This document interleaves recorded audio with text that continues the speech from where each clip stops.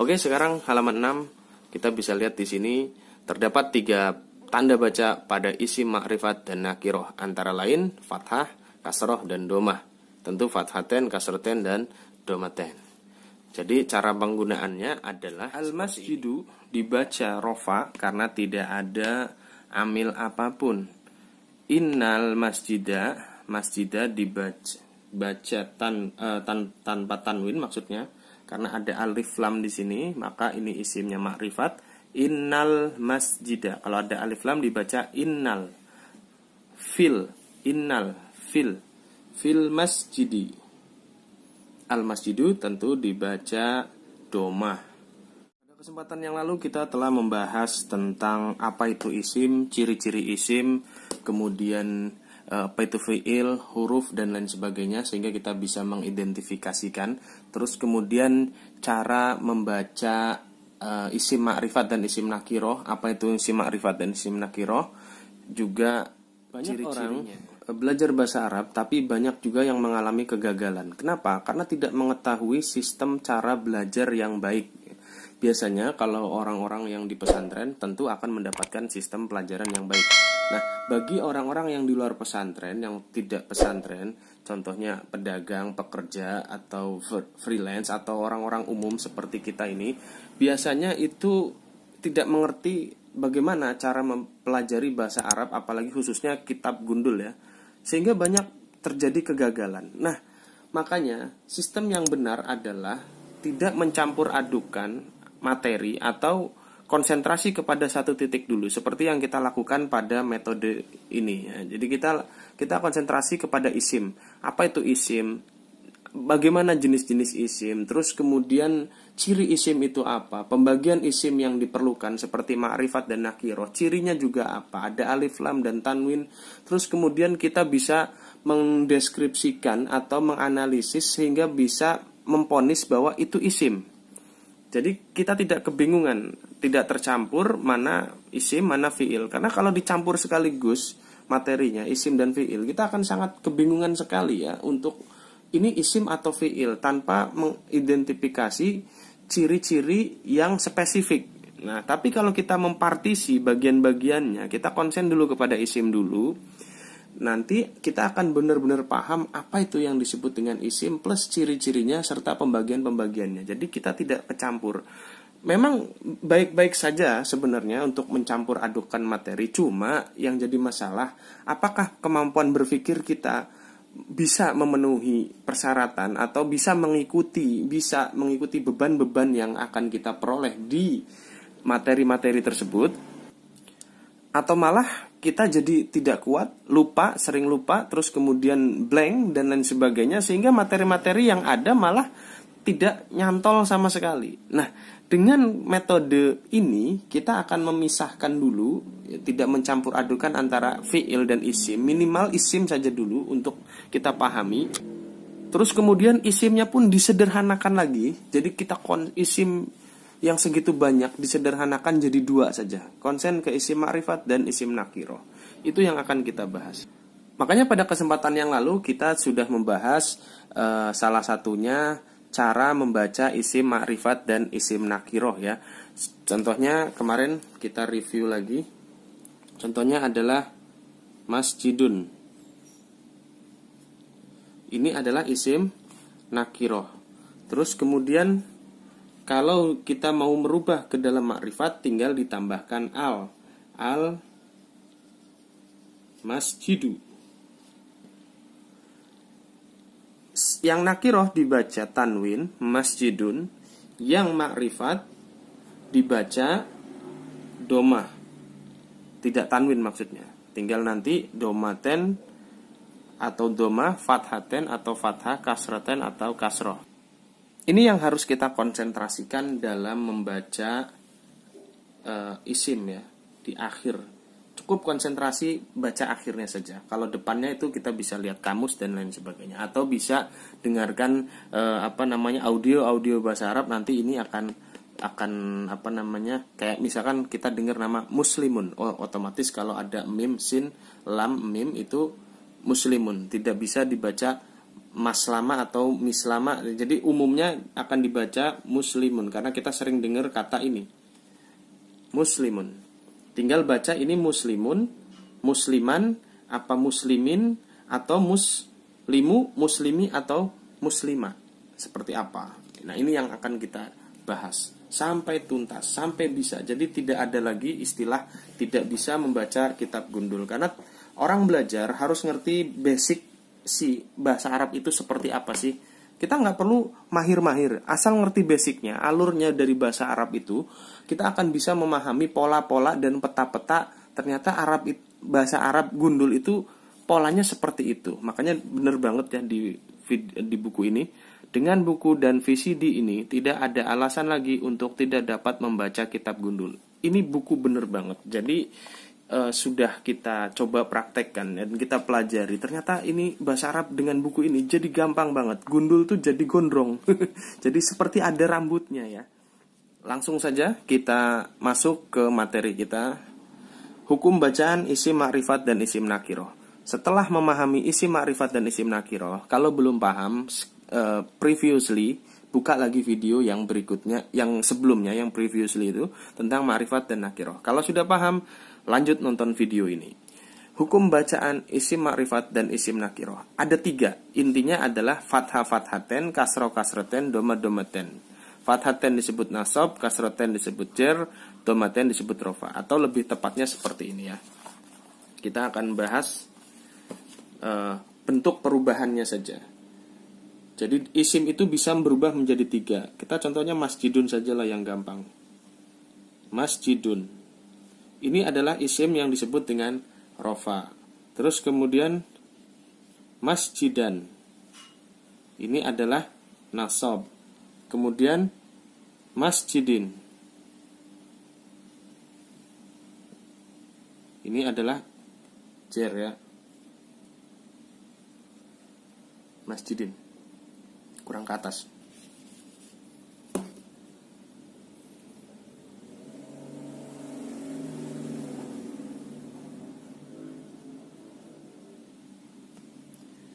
Ini adalah rofa, domaten, fathaten disebut nasab, atau kasroten disebut dengan jer. Kalau dalam buku bahasa Arab klasik mungkin kita sering dengar ya, ada dalam jurumnya dan sebagainya itu ada marfu, ada mansub, ada majrur. Nah, ini juga disebutnya jar majrur ya. Jar majrur, tapi dalam buku ini diistilahkan sebagai jer karena mungkin lidah kita lebih cocoknya nyebutnya jer ya. Enggak masalah, jar sama jer sebenarnya sama. Rofa atau rafa ya. Rofa, ini baca rofa, ini baca jer. Tapi konsen kepada domaten, domah itu rofa, fathah itu nasab, kasroh itu jer. Konsen kepada kapan isim-isim itu dibaca rofa, nasab atau jer. Ini yang jadi pembahasan kita pada kesempatan kali ini. Jadi kita cukup konsentrasi setelah nakiroh dan ma'rifat sudah selesai, kita konsentrasi ke perubahan ini. Jadi peta pelajaran kita adalah kemarin nakiroh atau ma'rifat. Ini sudah beres, maka pelajaran berikutnya adalah rofa, nasab, atau jer. Ini petanya. Atau domaten, fathah, fathaten, kasroh, kasroten. Kalau sudah ngerti apa yang harus kita pelajari, itu tidak menutup kemungkinan kita akan bisa. Nah, yang jadi masalah, terkadang orang belajar bahasa Arab tidak ngerti yang harus dipelajari itu apa. Hanya datang, kemudian ikut, dengarkan, terus kemudian bertanya, atau susun tumpuk materi, penumpukan beban-beban yang ada. Yang ada malah bahasa Arab itu terlihat seperti rumit. Nah, tapi kalau kita memahami materi, objek kita yaitu bahasa Arab itu, dan memahami benar karakteristik bahasa Arab itu seperti apa, metodenya, basicnya, petanya, alurnya, maka bahasa Arab itu jadi mudah sekali. Makanya kita belajarnya nyicil ya, jadi kita punya istilah belajar nyicil. Kemarin kita belajar nakirah ma'rifat, sekarang kita konsen belajar ke sini. Nah, untuk lebih jelasnya bisa lihat di buku pada halaman berapa ya? Bab 1 isim, bab ini. Halaman 7. Halaman 7 isim dibaca fathah, berarti fathah atau fathaten. Apabila diawali oleh amil nasab, inna, anna, ka'anna, lakinna, la'ala, laita. Ini apabila isim dibaca nasab harus bertemu atau diawali dengan huruf-huruf amil. Ini huruf-huruf nasab ya. Amil nasab, inna, anna, ka'anna, lakinna, la'ala, laita. Kita cukup menghafal 6 ini saja. Nanti kita akan terbiasa. Inna, anna, ka'anna, lakinna, la'ala, laita. Contoh, al-ustadu dibaca al-ustada karena ada inna. Innal ustada. Atau kalau tidak ada alif lam dibaca ustadan. Yang berikutnya, isim dibaca kasroh atau kasroten apabila masuki atau diawali oleh huruf-huruf amil jar berikut. Min, ila, an, ala, fi, bilika, rubah, khala, ada, hasya. Atau kena juga huruf dhorof, amama, fauqa, tahta, wara'a, janibas, dan seterusnya sampai yang ketiga adalah huruf qasam, wa dan ta. Jadi ada 3 yang harus dipelajari dalam jar, yaitu amil jar sendiri, dhorof yaitu termasuk amil jar juga, terus kemudian qasam yang juga merubah status isim berubah menjadi jar. Nah, contohnya adalah min ketemu isim rasulun maka berubah jadi min rasulin. Min ketemu isim ma'rifat ar-rasulu maka isim ma'rifat ar-rasulu berubah minar rasuli. Lu berubah jadi li karena ada min di depan. Min merubah nakiroh menjadi kasroten. Min juga merubah ma'rifat menjadi kasroh. Awal katanya adalah rasulun, berketemu dengan min rasulin. Ar-rasulu minar rasuli, kira-kira seperti itu. Terus ini juga sama, dhorof penggunaannya madrasatun, ketemu amama madrasatin. Al-madrasatu, kenapa tuh? Karena ada alif lam. Ingat-ingat pelajaran isim ma'rifat dan isim nakiroh, itu jangan sampai lupa. Amamal madrasati, amama madrasatin, amamal madrasati. Yang berikutnya adalah wallahi, wal asri atau tallahi. Nakirohnya tidak bisa karena waw qasam itu pasti ketemu isim ma'rifat. Wal asri bermakna qasam ya, dengan makna sumpah. Tallahi juga tidak bisa isim nakiroh karena harus ketemu ma'rifat. Tallahi artinya juga sumpah juga. Tapi kita tidak konsen ke arti. Awas jangan mencampur adukan materi. Kita konsentrasi belajar baca. Tidak perlu tahu artinya. Jadi konsentrasi belajar baca. Walaupun tidak tahu artinya, kita harus bisa membaca itu sebagai apa. Yaitu rumusnya tadi. Kalau ada isim nakiroh ketemu isim ma'rifat atau nakiroh ketemu amil, maka amil jar, maka dibaca kasroh atau kasroten. Amama madrasatin, amamal madrasati. Dan kita nggak tahu amama ini artinya apa, madrasah itu artinya apa, dan tidak perlu tahu. Yang penting kita ketemu ini, isim ketemu amil jar, maka langsung dibaca kasroten, amama madrasatin. Isim dibaca domah atau domaten apabila tidak bersamaan dengan amil nasab dan amil jar, maka isim tersebut disebut rofa, yaitu dibaca domah atau domaten. Ustadun al-ustadu, ustadun al-ustadu. Baik, kita akan coba praktekkan langsung dengan tulisan yang terstruktur. Contohnya seperti ini, yang gampang saja ya. Allahu, Allah.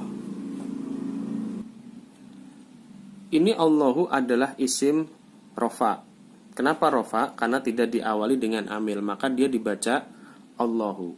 Terus apabila Allah ketemu dengan amil nasab, maka dibaca Allaha.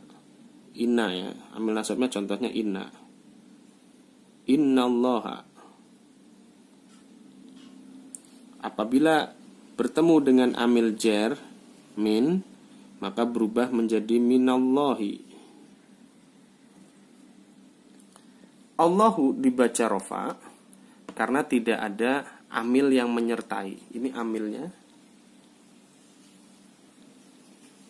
Apabila tidak ada amil yang menyertai, maka isim dibaca rofa sesuai dengan makrifat atau nakirohnya.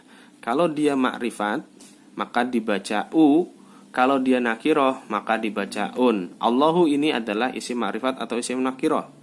Isim makrifat, betul. Maka dibaca Allahu. Sedangkan inna adalah amil nasab. Apabila bertemu dengan isim, maka akan menasobkan isim. Maka inna akan berubah menjadi menasobkan lafadz Allah, berubah menjadi Allaha. Innallaha. Dan min menjarkan isim Allah, maka akan berubah menjadi minallahi. Allahu karena tidak ada amil apapun, Innallaha karena ada amil nasab inna, minallahi karena ada amil jar min. Sekarang kalau kita hapus tanda bacanya, otomatis kita sudah bisa membaca gundul. Allahu, innallaha, minallahi. Seolah-olah di sini ada tulisan Allahu. Karena kita sudah ngerti rumus, ini akan dibaca Allahu, innallaha, minallahi. Gampang kan? Contoh berikutnya. Masjidun. Dibaca masjidun karena tidak ada amil, maka dibaca masjidun. Tanwin karena dia tidak makrifat, dibaca tanwin. Ingat-ingat karena dia tidak makrifat. Terus kemudian apabila bertemu amil nasab inna, maka masjidun berubah menjadi masjidan.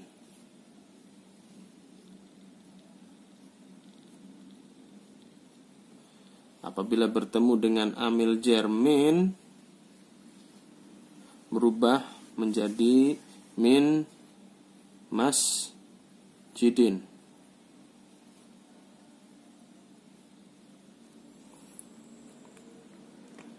Kelihatannya minnya ya. Kita ulangi, naikkan ke atas. Min masjidin. Masjidun dibaca rofa karena tidak ada amil. Inna masjidan dibaca nasab karena ada amil nasab. Inna min masjidin dibaca jar karena ada amil jar min. Sekarang kita akan menghilangkan tanda baca sehingga ini menjadi gundul dan kita akan bisa membacanya. Sekarang sudah gundul. Masjidun, inna masjidan, min masjidin. Mudah sekali bukan? Jadi tidak ada alasan untuk tidak bisa membaca gundul. Kan itu baru satu isim. Iya, kita belajarnya bertahap. Satu-satu dulu. Nanti akan 2 isim, 3 isim, 4 isim, ketemu fiil, dan lain sebagainya. Yang pasti rumus-rumus yang kecil-kecil ini kita harus kuasai. Kalau rumus ini tidak bisa kita kuasai, maka nanti ketika rumusnya susun tumpuk, kita juga tidak akan bisa menguasai. Oke, untuk lebih mahir lagi, kita langsung masuk ke contoh yang ketiga. Terus yang ketiga adalah contohnya apa ya? Kemarin muslimun ya.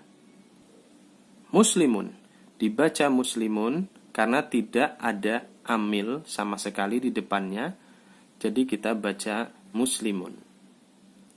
Nasab inna musliman karena tidak ada amil dibaca muslimun, maka kalau ada amil nasab maka langsung dibaca inna musliman. Jangan lupa dikasih tanda baca di bagian akhir ya. Di bagian akhir di sini tanda baca fathaten. Ada alif naik ke atas seperti ini. Nah, ini ciri alif naik ke atas bahwa ini adalah amil nasab dan isimnya isim nakiroh.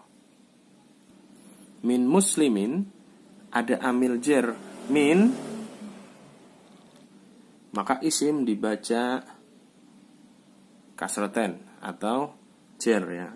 Jadi ada amil nasab inna, ada amil jer min, merubah muslimun yang tadinya ini adalah domaten rofa tanwin. Ini disebut rofa tanwin. Terus kemudian berubah menjadi inna musliman min muslimin. Sangat mudah sekali. Al masjidu, innal masjida,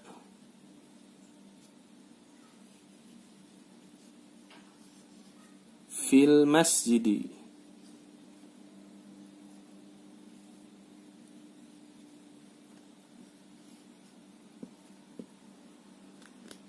al masjidu dibaca rofa karena tidak ada amil apapun. Innal masjida, masjida dibaca tanpa tanwin maksudnya, karena ada alif lam di sini, maka ini isimnya makrifat. Innal masjida, kalau ada alif lam dibaca innal. Innal fil masjidi. Al masjidu tentu dibaca domah. Sekarang kita hilangkan tanwinnya. Kok tanwin? Maksudnya tanda bacanya. Kita hilangkan sehingga langsung jadi gundul lagi. Maka seolah-olah kita masih bisa membaca di sini adalah al masjidu, innal masjida, fil masjidi. Mudah banget, kita harus bisa. Insya Allah, yang penting terus berusaha, terus berlatih, dan perhatikan semua materi-materi yang sekiranya penting.